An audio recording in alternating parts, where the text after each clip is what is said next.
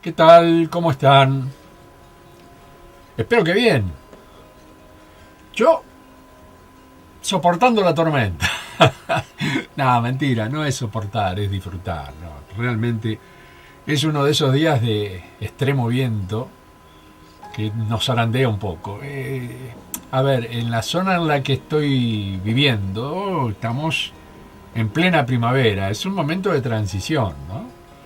Y como todo momento de transición, existen días que parecen de pleno verano y después hay otros que, bueno, poco menos son de invierno. Hoy corresponde a uno de esos días, por eso estoy luciendo un chalequito de lana cruda que me abriga un poquito el pecho, un poquito bastante, por cierto, y que fue tejido por mi mamá.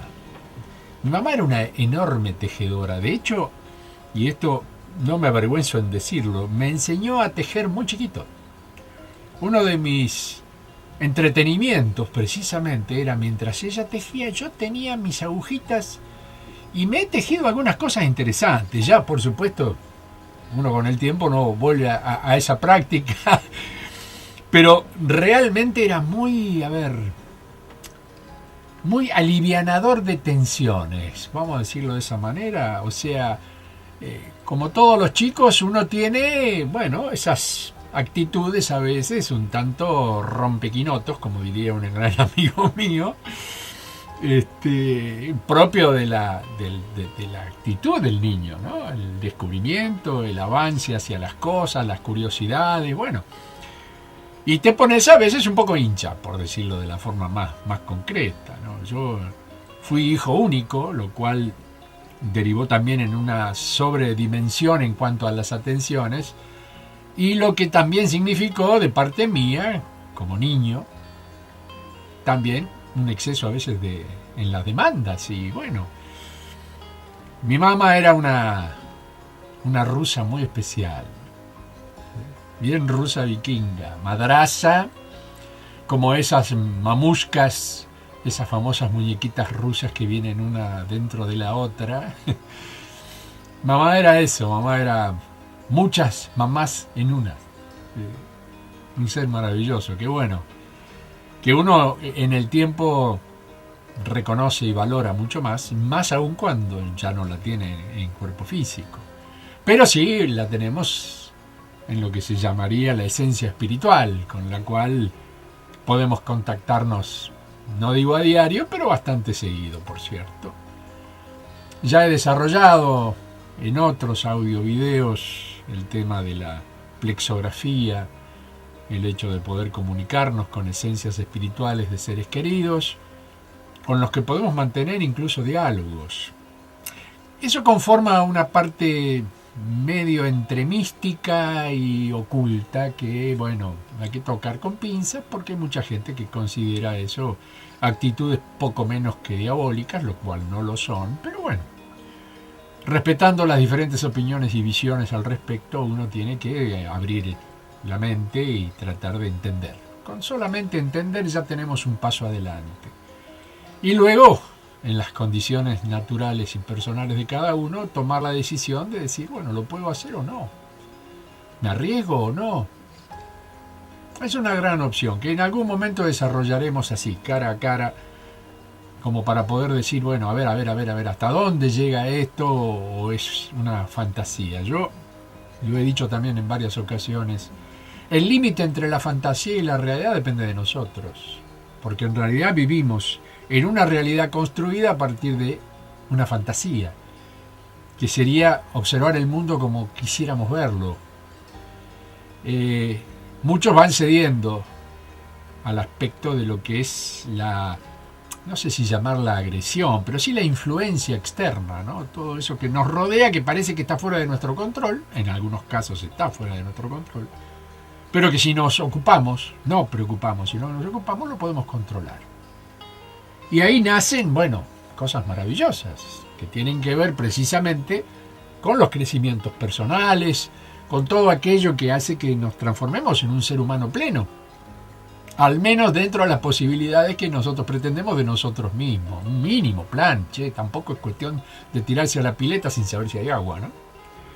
¿Por qué hago todo este introito? Bueno, porque venimos hablando ya en sucesivos encuentros de la condición de vida que significa estar en un vehículo, en una casa rodante, ya sea esta detenida en un punto, por una cuestión de tamaños, dimensiones y comodidades, o en circulación, lo que hace que, bueno, va variando no solamente el paisaje, sino las expectativas que vamos recogiendo a medida que el camino nos va ofreciendo oportunidades o negando otras, porque también puede suceder.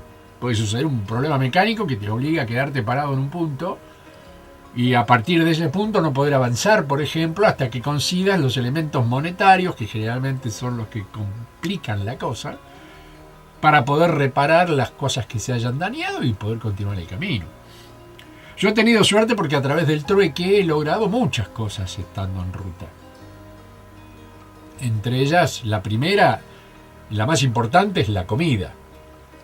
O sea, saber de que uno ofreciendo por trueque algún video o dando una charla, no sé, lo que uno pueda ofrecer en ese momento, o filmando. Me ha pasado de estar aquí en Mar del Plata, en una zona muy particular, cercana a donde yo estoy, es una zona de barrancos, de donde quedaron los barrancos porque en principio era una mina de piedra, bueno, sí, un yacimiento de piedra, la famosa piedra Mar del Plata, que se ha utilizado para los frentes como revestimiento. Me refiero específicamente a la zona de Batán, para aquellos que están cerca de mi ciudad o viven en la ciudad, y aquellos que no la conocen, bueno, estaríamos en este caso a unos 15 kilómetros más o menos de donde yo estoy ubicado. Bueno, en un momento en el que mi vida era absolutamente rodantera, fui contratado precisamente por el propietario de lo que se conocía en ese momento como Granja La Piedra, nombre al cual estaba referido al lugar donde se estaba erigiendo, ¿no? En una zona de canteras, esa es la palabra exacta, donde salía mina de piedra, no, cantera. Y pagué mi estadía con un documental. Dicho sea de paso, lo voy a exponer prontito porque lo tengo en VHS, pero lo voy a traducir a lenguaje audiovisual digital. O sea, lo voy a convertir en digital para poder subirlo a YouTube. Y fue una estadía fantástica.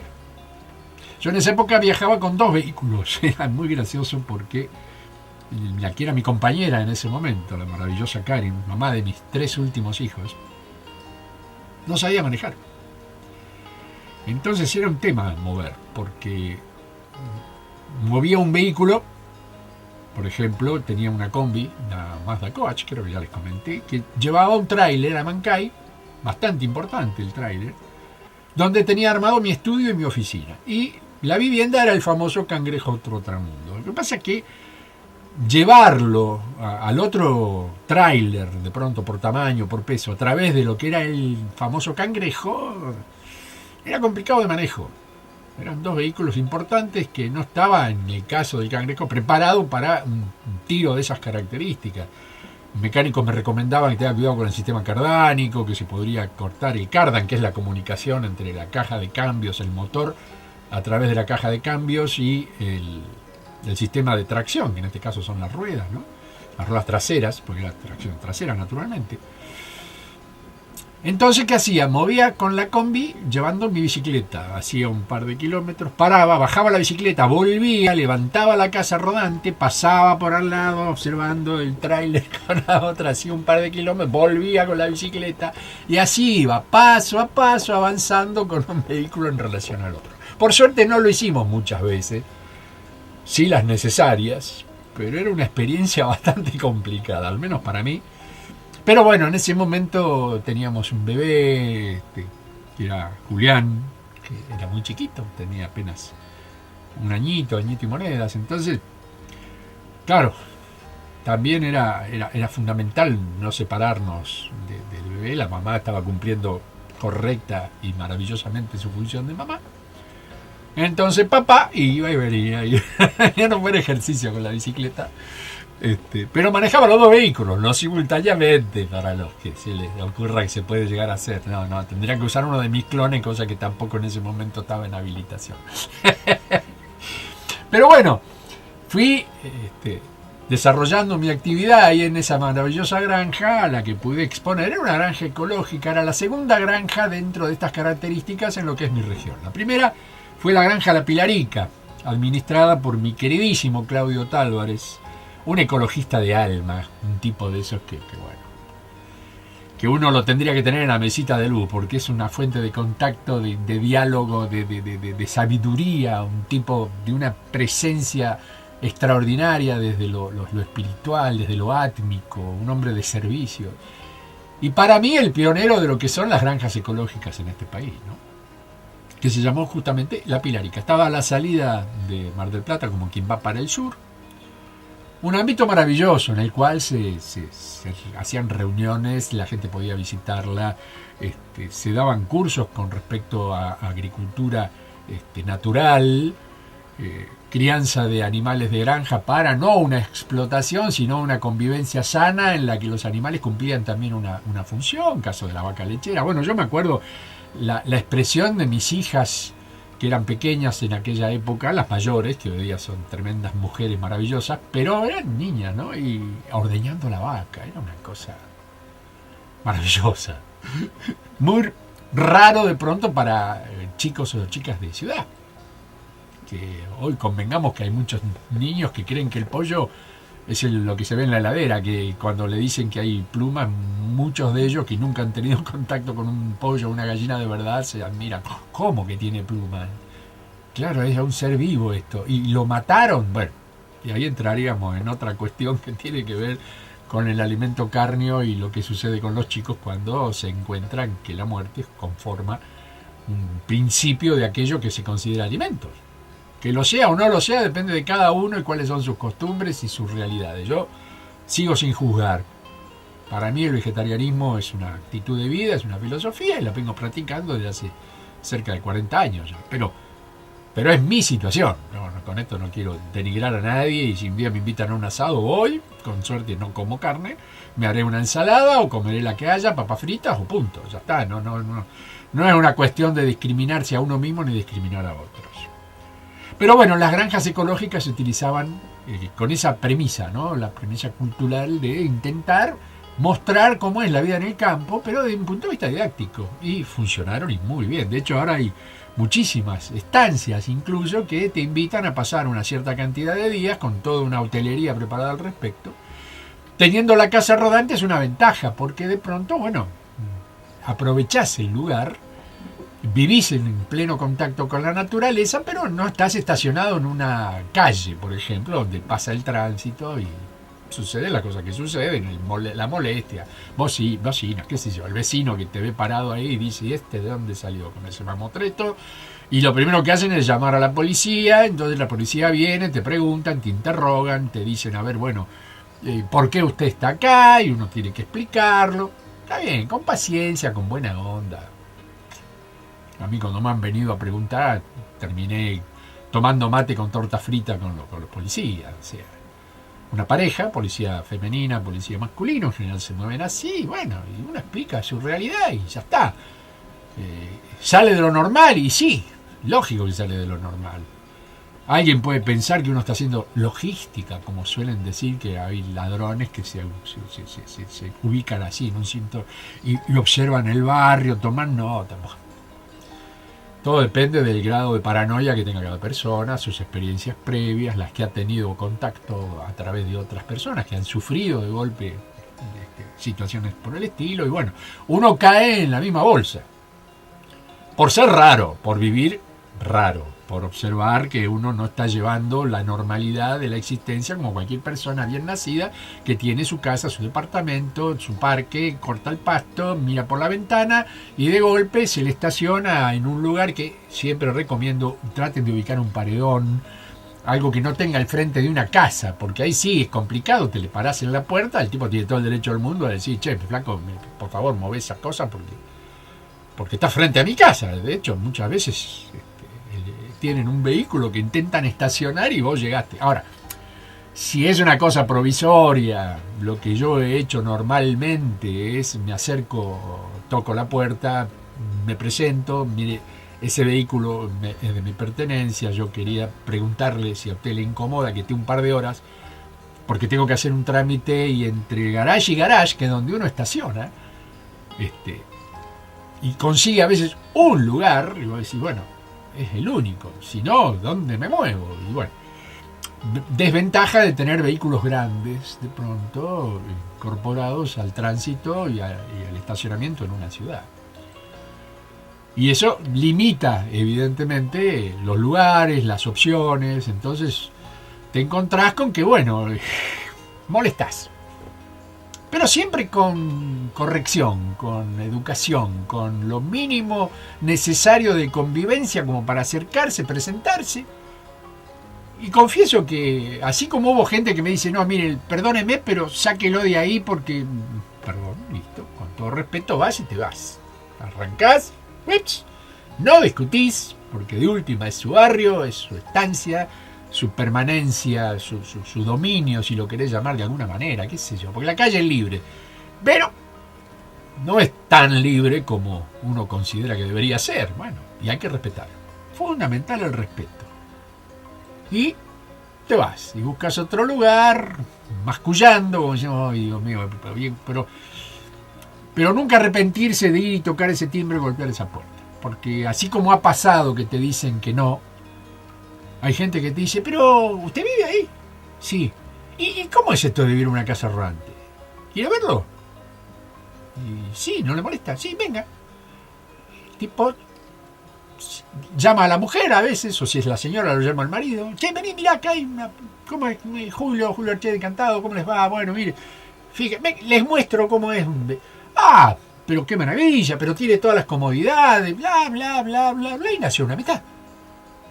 Nació una amistad. Hay gente que me dijo, mira, parala ahí, no hay ningún problema. Vamos a hablar con el vecino de la otra casa. Y se presentaban y decían, mira, te presento a Julio. Y resultó que a los 2 días estábamos almorzando, o cenando, o haciendo una guitarreada, o yendo a algún lugar juntos en el auto de ellos. Julio, déjala ahí tranquilo, no pasa nada.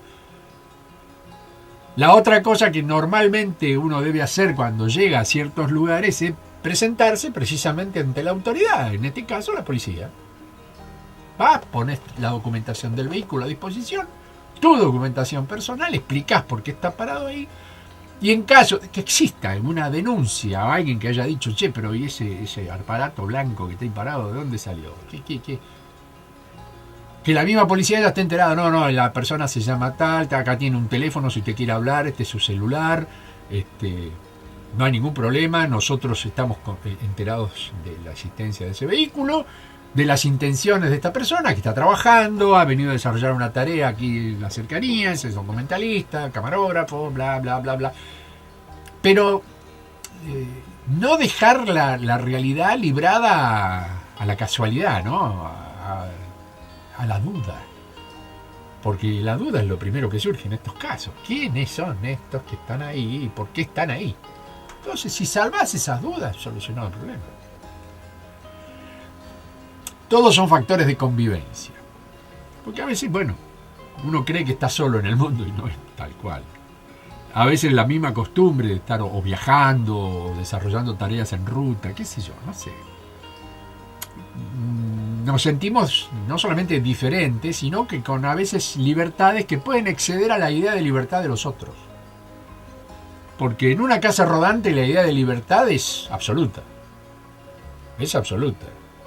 Imagínate ese vecino que te pone esa música que vos no querés escuchar, pero el tipo está con los amiguitos hasta las 2 de la mañana, pum, chim, pum, chim, pum.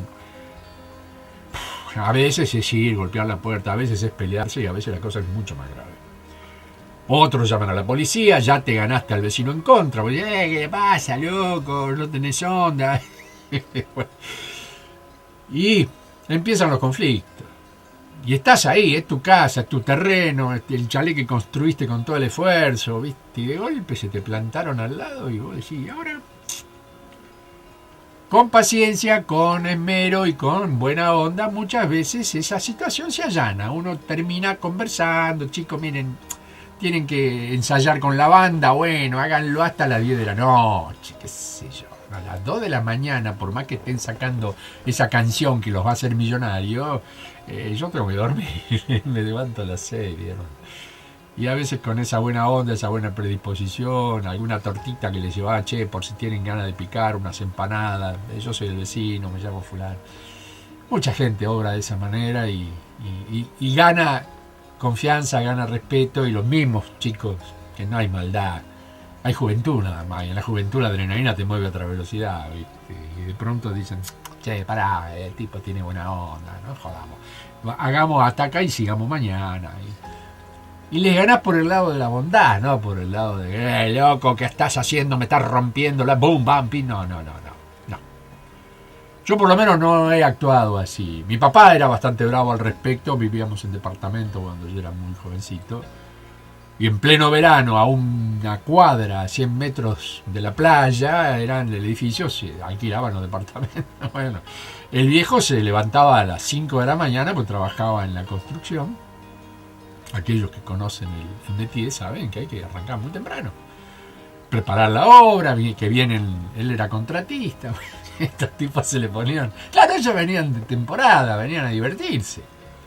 Y la diversión para ellos no tiene límite. Entonces, más de esta música, baile, chupi, todo lo que ustedes quieran. Y el viejo a las 2 de la mañana, cuchillo en mano, pum, pum, pum, golpeando la puerta. Se armaban unos barullos. Y yo iba con él, ¿qué iba a hacer? No lo iba a dejar solo. Claro, con el viejo no se metían, pero cuando me veían a mí solo, adolescente, dije, ay, ya he tenido cada una, que mejor no las cuento porque esto se va de tema. Pero era típica, un guión de película, ¿viste? Vas a decir, uy, Dios mío, ¿dónde me meto? ¿Qué iba a hacer? Pero bueno, era el hecho de vivir en una instancia de esas características, en un barrio muy turístico, en un edificio que se llenaba, tenía 125 departamentos. De los cuales en invierno estaban ocupados 10, 15, como mucho. O sea que llegaba el verano y ¡frum! Se llenaban los... Porque mucha gente compraba el departamento precisamente para tenerlo como una renta y alquilarlo en el verano. Veranos que arrancaban en el mes de noviembre, acá en Argentina, en mi ciudad particularmente. O sea, noviembre, diciembre, enero, febrero y marzo. 5 meses, la mitad del año era temporada. Ahora con suerte son los segundos 15 días del mes de enero, y después arreglate como puedas. Porque cambió todo, cambió la economía, cambiaron características, cambiaron las fechas de clase, por ejemplo, qué sé yo, arrancan a principios de marzo turísticamente y ya está, se terminó. A mediados de febrero vos ya te fuiste, volviste a tu casa en el lugar del país que corresponda, terminó tu veraneo y arranca, bueno, todo lo que sabemos que se llama sistema educativo, clases, escuela, bla, bla, bla. Así que bueno, papá era hombre de cuchillo cargado. Y llevaba el cuchillo para amedrentar, jamás lo usó. Yo le decía, viejo, pará. Es que donde vean el cuchillo que yo utilizo, sí, ya sé, papá, pero te pueden llegar a denunciar, que me denuncien. Era el típico vasco, ¿no? La mamá, la que me tejió esta maravilla, era rusa. Y el otro era vasco. O sea, tengo una mezcla rara de musete y de mimí, como dice el tango. La mezcla de ruso y vasco, y salió este engendro que tienen delante en cámara en este momento.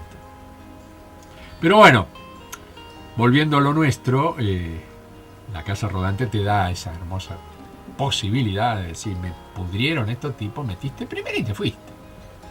Y aunque termines la noche estacionado en una, llamadas acá en Argentina, estaciones de servicio o AMPM, que están abiertas las 24 horas, hablaste con el playero, el que está a cargo de la venta de combustible, y decís, ¿me puedo parar? Sí, hombre, tranquilo, porque paran los camiones.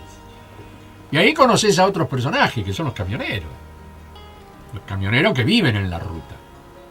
De 30 días del mes, a veces se pasan 25 viajando. Porque llegan, rebotan, cargan, descargan y vuelven a cargar y vuelven al otro lugar, descargan y vuelven a cargar y vuelven acá, o sea... Viven poco menos que en la ruta. Hay familias, yo he conocido familias en la ruta, que vive el marido, la señora y un chico o 2 chicos como mínimo. Camiones que tienen la capacidad de pronto de decir, bueno, es una doble cabina, más grande, existe una cama en la que pueden dormir aunque incómodos, pero bueno, le arman una camita chica a la criatura, por ejemplo, sí, hasta con perro, viajando el perro ahí como un miembro más de la familia, maravilloso. Y ruta todo el tiempo. Esa gente te abre el corazón, son de charlar, son de tomar mate, son de contar anécdotas, son de no aburrirse ni aburrirte contando maravillas, tienen esa capacidad de diálogo porque muchas horas solos a veces indican que cuando aparece un par de orejas y alguien que les presta el mínimo de atención, ¡ah, miércoles! Se mandan, pero se despachan con un anecdotario que yo he lamentado muchas veces en no tener un grabador en ese momento y poder grabar esa charla, porque realmente, no solamente cómo lo cuentan, sino lo que cuentan. Cosas extraordinarias. En general, poco traumáticas. Buscan el lado positivo.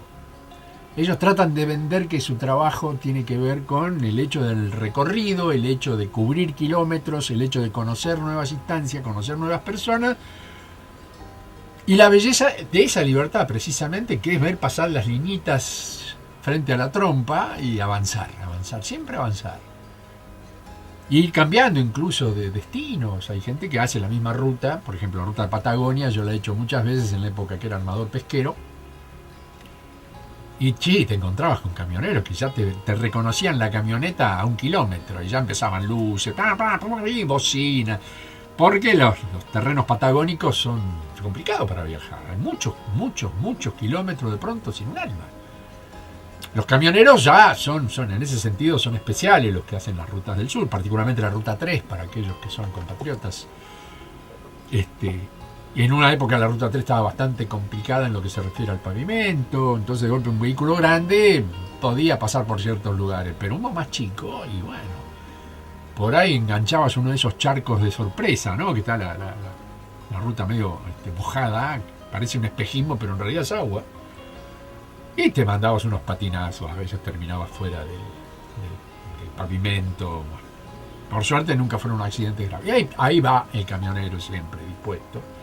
Hubo gente que desenganchó. Me pasó una noche en una nevada tremenda. Yo estaba yendo para Bahía Camarones, llevando una pasteca hidráulica para los que conocen, que se coloca en la parte alta del palo mayor, en este caso de lo que sería la maniobra del barco de pesca. Se utilizaba para pesca a la pareja, o sea, eran 2 barcos que iban paralelos. Bueno, una época muy interesante de mi vida que algún día, si a alguno le interesa, le puedo contar algunas anécdotas al respecto. Pero lo que hacía es que, claro, tenía muy poco tiempo para llegar, el barco había quedado varado en un momento, necesitaban esa herramienta, se había roto esa herramienta y se paraban 2 barcos, no 1, 2, porque no podían salir, como se dice, la pesca a la pareja. Y claro, el afán de llegar se me hizo la noche y en un momento dado me fui.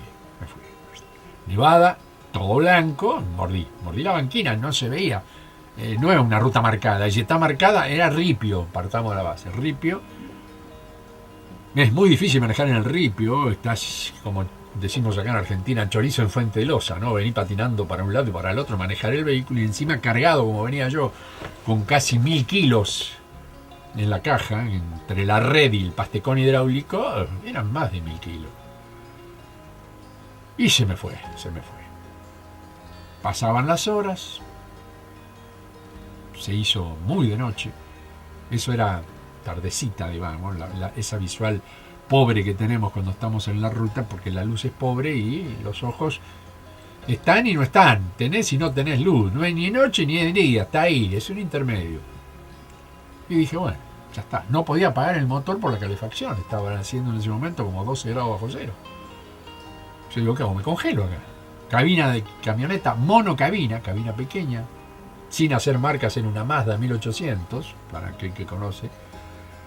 Una camioneta pequeña dentro de todo, pero bueno, buena calefacción. Y dije, bueno, hasta que me aguante el combustible, alguien va a pasar. Y no sé cuánto tiempo pasó, habrán pasado 4 horas. Ya me estaba preocupando. Regulaba el agua, siempre uno lleva cuando viaja en estas condiciones una mínima vitualla, ¿no? Se había comprado para hacerme sándwich. Sabía que tenía comida por lo menos para un día, y alguien iba a pasar.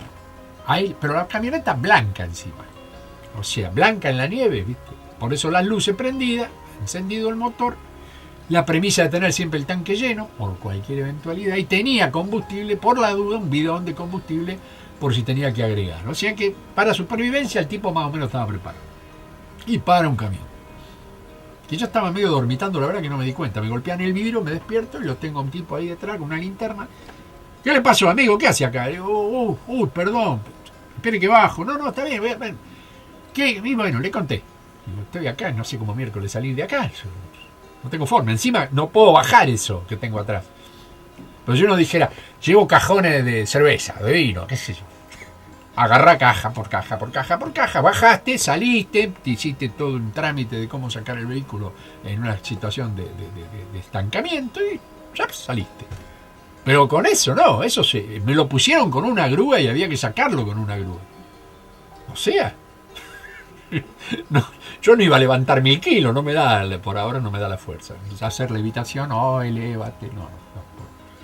No son poderes que tenga, al menos en esta habilitación dimensional.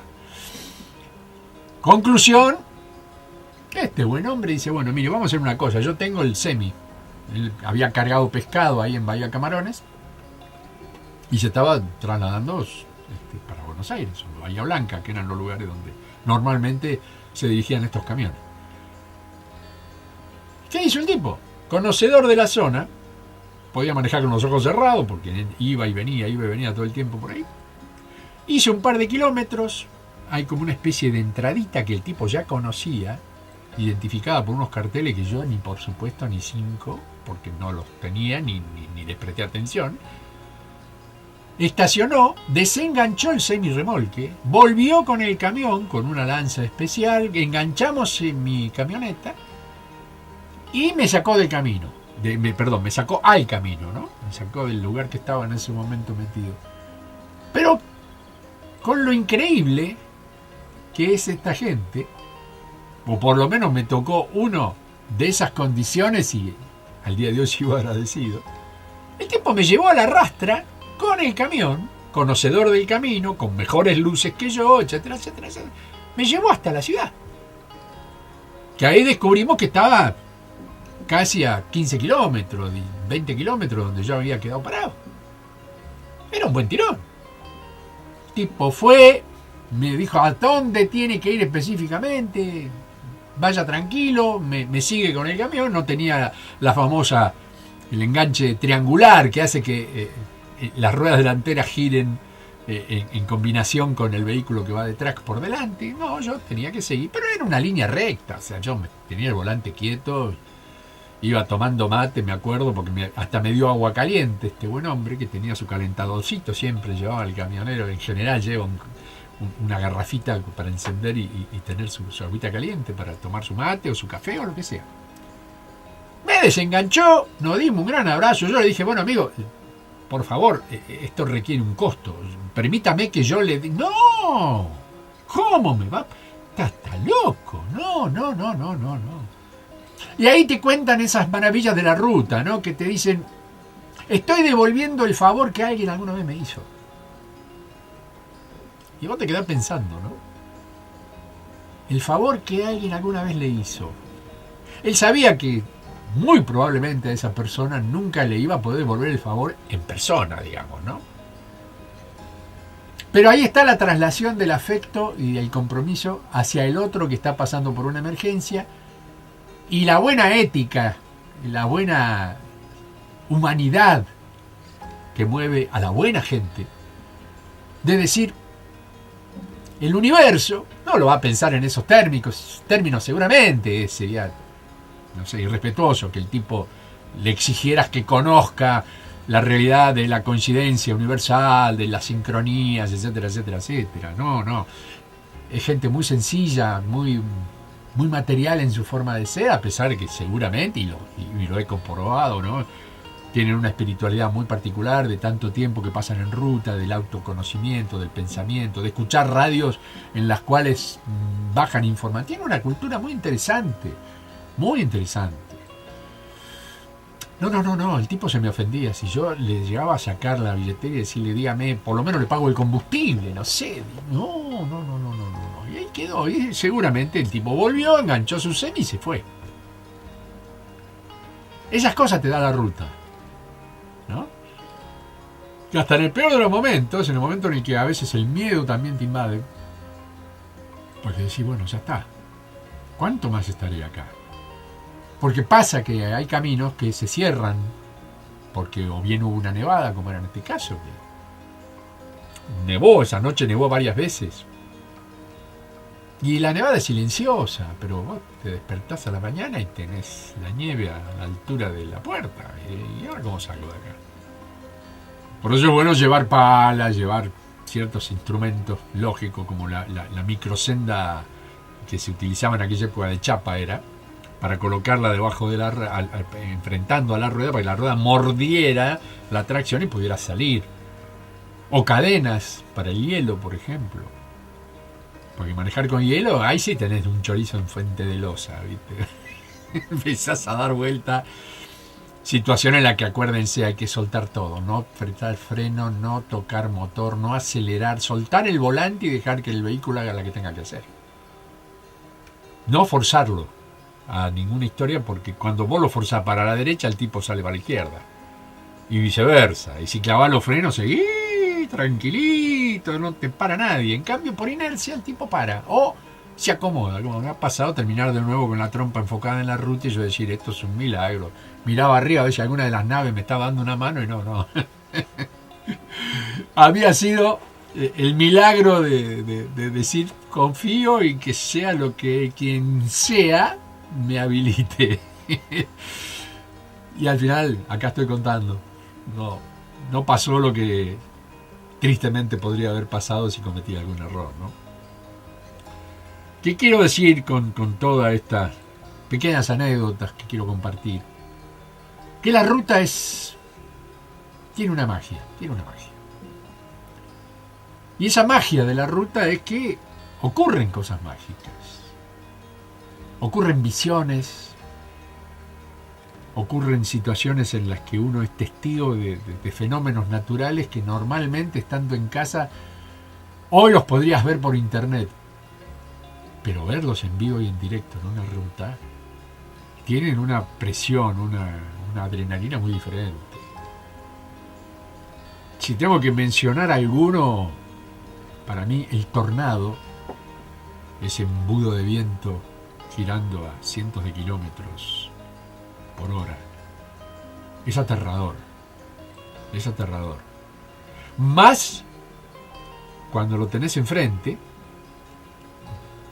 y vos ves que se está viniendo para donde vos estás. Y decís, ¿y? Con la cita no puedo girar. Con un vehículo más chico por ahí me animo, pego el giro de 180 grados y me mando a favor de lo que este pedazo de mamotreto natural se me viene encima, y ganando velocidad puedo encontrar un punto de refugio. Pero cuando venís con tu vehículo de estas características y de este tamaño, lo único que te queda es tragar saliva y rezar porque haya algún lugar en el que puedas meterte, aunque más no sea como refugio momentáneo. A mí me pasó en un punto con el otro vehículo, o sea, el Cangrejo, ¿no? Me refiero. ¿Qué hago? ¿Para dónde disparo? Y tuve que avanzar en contra de esa cosa que yo veía que se venía, en que en algún momento la iba a tener encima. No sé por cuánto, porque a la velocidad que viaja no la puedo calcular nunca. Puedo calcular la mía. Y ahí apareció el primer milagro, una estación de servicio abandonada, con acceso.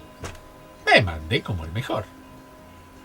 Y me puse detrás de lo que sería el lateral de la... O sea, suponiendo que el viento viene de allá hacia acá, y yo me oculto para que el edificio me sirva de refugio. Hice algo que aprendí en la ruta, enseñado por aquellos que lo conocen: nunca te metas debajo del alero, porque ahí embolsa el viento, te va a volar el alero de lo que era la estación de servicio y te va a dar de pleno. Un vehículo de estas características, bueno, por ahí te rompe un parabrisas, se manda por dentro, te chupa. Es como la película Twister, ¿se acuerdan? La famosa película Twister. No es nada exagerado ahí. Es más, ese era, bueno, en el caso de Twister era un tornado de nivel 5. El que yo habré visto ese día era de un nivel 2, por ejemplo. Era fuerte. De hecho, hizo bastantes estragos. Y yo me escondí detrás. Dije, bueno, traguemos saliva y vemos qué pasa. Y pasó lo que tenía que pasar. Veo pasar de golpe el alero volando. Era una de vientos, piedras, ramas, cosas que volaban. Y yo estaba refugiado. Sí, recibí un par de golpes. Pero de ahí no pasó. Porque se desvió. Cada objeto que se interpone en el camino de uno de estos maravillosos fenómenos naturales, que son maravillosos para verlos en una película, en persona, digamos que te provoca alguna que otra preocupación mayor, ¿no? Entre ellas es cómo salgo vivo de esto. Pero bueno, pasó, pero voló. Si yo hubiera estado estacionado ahí, me lo como de frente. Momento mágico, por supuesto. Ser testigo de algo que normalmente, vuelvo a insistir, se puede ver en un documental o en una película, pero wow. Y la magia de seguir vivo. Por supuesto, cuando retomé mi camino, hubo partes que no se podía avanzar, que ya estaba defensa civil cortando árboles que habían caído, etcétera, etcétera, etcétera. La magia de la ruta, hoy sería ese el tema, la magia de vivir en la casa rodante, pero la magia de encontrar en la ruta la solidaridad, los peligros naturales, cómo poder cambiarlos, pasarlos por al lado y decir, bueno, sobreviví. Y lo fundamental, manejar los miedos,